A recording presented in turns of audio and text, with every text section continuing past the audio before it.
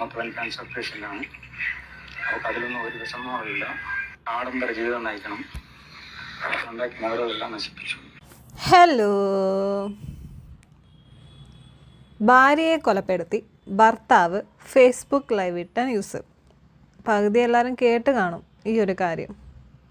കുറച്ച് ദിവസം മുൻപ് മകനെ ഒളിച്ചോടാൻ സഹായിച്ച അമ്മയെ അല്ലെങ്കിൽ അച്ഛനെ കുറിച്ചാണ് വീഡിയോ ചെയ്തിരുന്നെങ്കിൽ ഇന്ന് ഭാര്യയെ കൊലപ്പെടുത്തി ലൈവ് ഇട്ടൊരു ഭർത്താവിനെ കുറിച്ചാണ് സംസാരിക്കുന്നത്. സ്വന്തം ഭാര്യയെ കൊന്നിട്ട് ഒരു ഗിൽട്ടും ഇല്ലാതെ ഫേസ്ബുക്ക് ലൈവ് ഇട്ട ഒരു മഹാൻ ന്യൂസിൽ ചില കാര്യങ്ങൾ പറയുന്നുണ്ട്. അതൊന്ന് കേൾക്കാം. ഇവർ കുടുംബമായിട്ട് കുറച്ച് വിവാഹം സ്നേഹിച്ച് വിവാഹം കഴിച്ചവരായിരുന്നു. അതിനുശേഷം ഇദ്ദേഹം കുടുംബത്തിൻ്റെ കൂടുതൽ എല്ലാ ഉത്തരവാദിത്വവും ഏറ്റെടുക്കുന്ന കാര്യത്തിൽ വിമുഖത കക്ഷിക്കുണ്ടായിരുന്നു. സ്നേഹിച്ച് കല്യാണം കഴിച്ചിട്ട് കുടുംബ ബാധ്യത ഏറ്റെടുക്കാൻ ഇങ്ങേർക്ക് പറ്റത്തില്ല. പിന്നെ ഇങ്ങേര് എന്തിനാ കല്യാണം കഴിച്ചത്?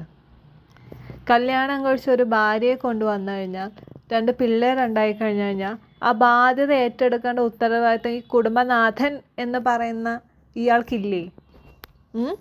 അത് ഇയാൾക്കും കൂടെ ഈ ഭാര്യ എന്ന് പറയുന്ന പെണ്ണ് കൊണ്ടുപോയി പണിയെടുത്ത് ഉണ്ടാക്കി ചിലവിന് കൊടുക്കണോ? ഇതിന് വേണ്ടിയിട്ടാണ് ഇങ്ങനെ കല്യാണം കഴിച്ച 2 പിള്ളേരുണ്ടാക്കിയത്. അതിലൊരു കൊച്ചിനെങ്ങാണ്ട് ക്യാൻസറാണ്, മൂത്ത കൊച്ചിന്. ബാധ്യത ഏറ്റെടുക്കാൻ പറ്റത്തില്ലെങ്കിൽ താനൊക്കെ എന്തിനാ കല്യാണം കഴിക്കുന്നേ? പണികൾക്കൊക്കെ പോവുകയും അതിൻ്റെ പേരിൽ ഒരു സംശയരോഗിയായ ഇദ്ദേഹം നിരന്തരം ഈ കുട്ടിയുമായിട്ട് വഴക്കുകളുണ്ടായിരുന്നു, ശാലിനിയുമായിട്ട്. അങ്ങനെ ഈ വഴക്ക് മൂർത്തിച്ച ഒരു ഘട്ടത്തിൽ ശാലിനി എന്ന പെണ്ണുങ്ങൾ പോലീസ് സ്റ്റേഷനിൽ പരാതി കൊടുക്കുകയും പരാതിയുടെ അടിസ്ഥാനത്തിൽ ഒരു കുടുംബം തകർന്നു പോകാതിരിക്കാൻ പോലീസ് ഒരു നീക്കുപോക്ക നിലയിൽ ഡെയിലി വന്ന് ഒപ്പിടണം എന്ന് പറഞ്ഞുകൊണ്ട് അവരെ ഒന്നിപ്പിച്ച് സമ്മതിപ്പിച്ച് വിട്ടതുമാണ്. ഭാര്യ പണിക്ക് പോയി ചെലവിന് കൊടുക്കുമ്പോൾ അങ്ങേർക്ക് സംശയത്തിൻ്റെ പേരിൽ പ്രശ്നമുണ്ടായി. സഹിക്കാനാവാതെ പോലീസ് സ്റ്റേഷനിൽ പോയപ്പോൾ പോലീസുകാർ കുടുംബം തകരണ്ട എന്ന് കരുതി അതങ്ങ് ഒത്തുതീർപ്പാക്കി വിട്ടു. വെരി ഗുഡ്, അത്രേ പറയാനുള്ളൂ. ഇവർക്ക് ഒരുമിച്ച് ജീവിക്കാൻ പറ്റത്തില്ലെങ്കിൽ ഇങ്ങനെ ഒരുത്തനാണെങ്കിൽ 2 പേരെ ഒരുമിപ്പിക്കാതെ 2 വഴിക്ക് അങ്ങ് വിട്ടേക്കണമായിരുന്നു. അങ്ങ് വിട്ടായിരുന്നെങ്കിൽ, അല്ലെങ്കിൽ മാന്യമായിട്ട് കോടതി കൊണ്ട് ഇവർക്ക് ഡിവോഴ്സ് എങ്ങാണ്ട് വാങ്ങിച്ച് കൊടുത്തായിരുന്നെങ്കിൽ ഇന്ന് ഈ അവസ്ഥയിൽ വന്ന് എത്തത്തില്ലായിരുന്നു. ആ പെണ്ണിൻ്റെ ജീവൻ ഇന്ന് പോകത്തില്ലായിരുന്നു. നമ്മുടെ നിയമത്തിൻ്റെ ഒരു പ്രശ്നം എന്താണെന്ന് പറയട്ടെ. നമ്മൾ ഈ ഡിവോഴ്സ് കേസാണെങ്കിൽ പോലും നമ്മൾ കോടതിയിലെത്തുമ്പോൾ കോടതി ഒരു കുടുംബമാണ് തകരണ്ട എന്ന് പറഞ്ഞിട്ട് കൗൺസിലിംഗ് എന്ന് പറഞ്ഞൊരു സാധനത്തിലോട്ട് വിട്ട് അവിടെ നിന്ന് 2 പേരുടെയും മനസ്സ് മാറ്റാനുള്ള കാര്യങ്ങൾ നടത്തും. എന്തിന്? പരസ്പരം ജീവിക്കാൻ താല്പര്യമില്ലെങ്കിൽ അവരെ അങ്ങ് വിട്ടേക്കണം. 2 പേര് 2 വഴിക്ക് അങ്ങ് വിട്ടേക്കണം. അവർക്ക് അത് പറ്റത്തില്ല എന്നുള്ളത് അവർക്ക് അത്രയും ഉറപ്പുള്ള കാര്യങ്ങളുണ്ടായിരിക്കാം അവർ ഡിവോഴ്സ് എന്ന് പറയുന്ന സെക്ഷനിലോട്ട് വന്ന് നിൽക്കുന്നത്. അവിടെ കോംപ്രമൈസ് അല്ലെങ്കിൽ കൗൺസിലിങ് എന്ന് പറഞ്ഞൊരു കാര്യം കൊടുത്തിട്ട് 2 പേരെയും വീണ്ടും ഒന്നിപ്പിക്കരുത്. ഒന്നിപ്പിച്ച് കഴിഞ്ഞാൽ ഒന്നിക്ക് ഇതുപോലെ അല്ലെങ്കിൽ ആത്മഹത്യ, ഇതിലേതെങ്കിലും ഒന്നിച്ചെന്നെത്തും. അങ്ങനെയാണല്ലോ പലതും സംഭവിക്കുന്നത്. ദയവ് ചെയ്ത് ചെയ്യരുത്. അപ്പോൾ ആ അന്നേരം തന്നെ ഈ പ്രദേശത്തവൻ ഞാൻ അവളെയും കൊല്ലും, സ്വയമായിട്ടും ചാവുമെന്ന് ഒരു ഭീഷണി അവൻ മുടക്കിയിട്ടുണ്ടായിരുന്നു. ഈ ഭീഷണിയുടെ കാര്യം പോലീസുകാർ അറിഞ്ഞില്ലായിരുന്നോ? ഇവർ 2 പേരും ഒരുമിച്ച് പറഞ്ഞുവിടാൻ കാണിച്ച ഒരു മനസ്സ് ഇങ്ങനെ കൊല്ലും എന്നുള്ളൊരു ഭീഷണി വന്നപ്പോൾ അന്വേഷിക്കാനുള്ള ഒരു ഇത് കാണിക്കണ്ടേ? ഇയാളുടെ മെയിൻ പ്രശ്നം എന്താണെന്ന് അറിയോ? സംശയരോഗം. ഇയാൾ പണിക്കെടുത്ത് പോയി വീട്ടുകാരെയും ഭാര്യയും നോക്കത്തില്ല. എന്നാൽ ഭാര്യ പണിക്ക് പോയി വല്ലതും സമ്പാദിച്ചു കൊണ്ടുവന്നാൽ അതിൽ അങ്ങേർക്ക് സംശയം. ഇയാളൊക്കെ എന്തുവാ ചെയ്യണ്ടേ? നിങ്ങൾ തന്നെ പറ, എന്തുവാ ചെയ്യണ്ടേ? പേടി ഈ ഭർത്താവുമായിട്ടുണ്ടായിരുന്നു. അതിൽ തൊട്ട് അപ്പുറത്തുള്ള അമ്മയുടെ വീട്ടിലാണ് സന്ധ്യകാലങ്ങളിൽ ശാലിനി ഉറങ്ങാറുള്ളത്. അപ്പം മൂത്ത മകൻ ക്യാൻസർ പേഷ്യൻ്റ് ആയതുകൊണ്ട് 3 മാസത്തിലൊരിക്കൽ ചികിത്സയ്ക്ക് ഈ ഉള്ള മരുന്നിന് ഉള്ള പൈസ ഈ കൊച്ചു വീടുകളിലൊക്കെ പോയി പണി ചെയ്ത് ആണ് കൊണ്ടുവന്ന് ഈ കൊച്ചിനെ വളർത്തിക്കൊണ്ടിരുന്നത്.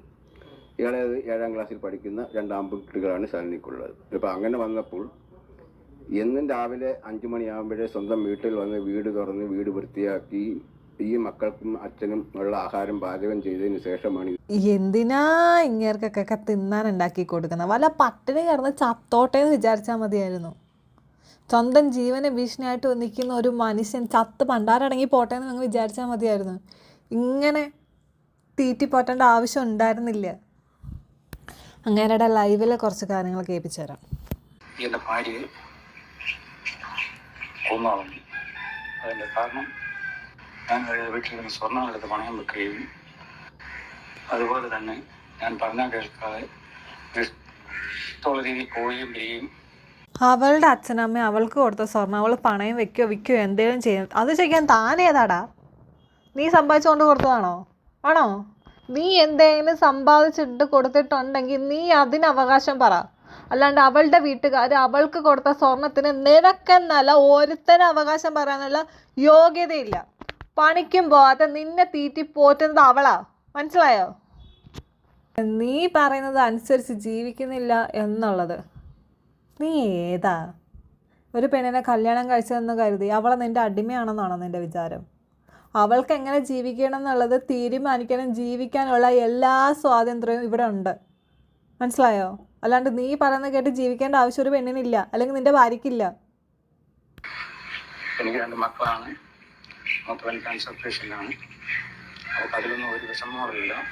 ആഡംബര ജീവിതം നയിക്കണം. ഉണ്ടാക്കി നഗരമെല്ലാം നശിപ്പിച്ചു. അത് കഴിഞ്ഞപ്പോൾ അവൾ അമ്മയുടെ കൂടെ പോയി താമസിക്കുകയാണ്. അപ്പോൾ അതിൽ എനിക്ക് വിഷമമില്ല.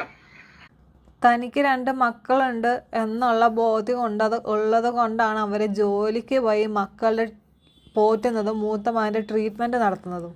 അത് നീ പറഞ്ഞു കൊടുക്കണ്ട.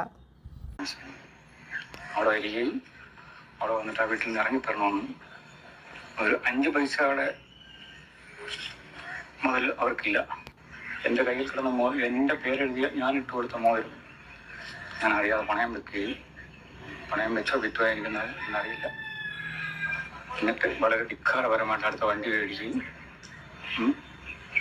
എവിടുന്നോ ജോലി ഒപ്പിച്ച് അതുപോലെ വേറെ ജോലിക്ക് പോകേണ്ട ആവശ്യമില്ല. എൻ്റെ ഭാര്യ എന്നാൽ അധ്വാനിച്ച് കൊടുക്കുന്നുണ്ട്. എനിക്ക് മദ്യപാനിയല്ല, പുറവലിയില്ല.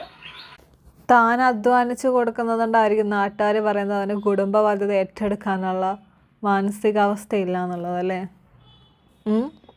അധ്വാനിച്ച് കൊടുത്താൽ മാത്രം പോരാ. ഇപ്പം അവിടെ ഇരിക്കുന്ന ഭാര്യയ്ക്ക് മനസ്സമാധാനം എന്ന് പറഞ്ഞൊരു സാധനം കൊടുക്കണം.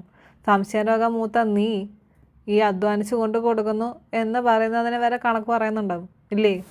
അപ്പോൾ പിന്നെ അവർക്ക് അവരുടെ മക്കളെ നോക്കണം. അവർക്ക് വേറെ പണിക്ക് പോകണം. അല്ലാതെ വീട്ടിലിരുന്ന് നീ അധ്വാനിച്ച് കൊടുക്കും എന്ന് പറഞ്ഞിരുന്നാൽ പോരാ. അതിന് നീ സംശയിക്കേണ്ട എന്ത് ഇതുണ്ട് നിനക്ക്? തൻ്റെ മാനസിക നില അത്ര ശരിയല്ല.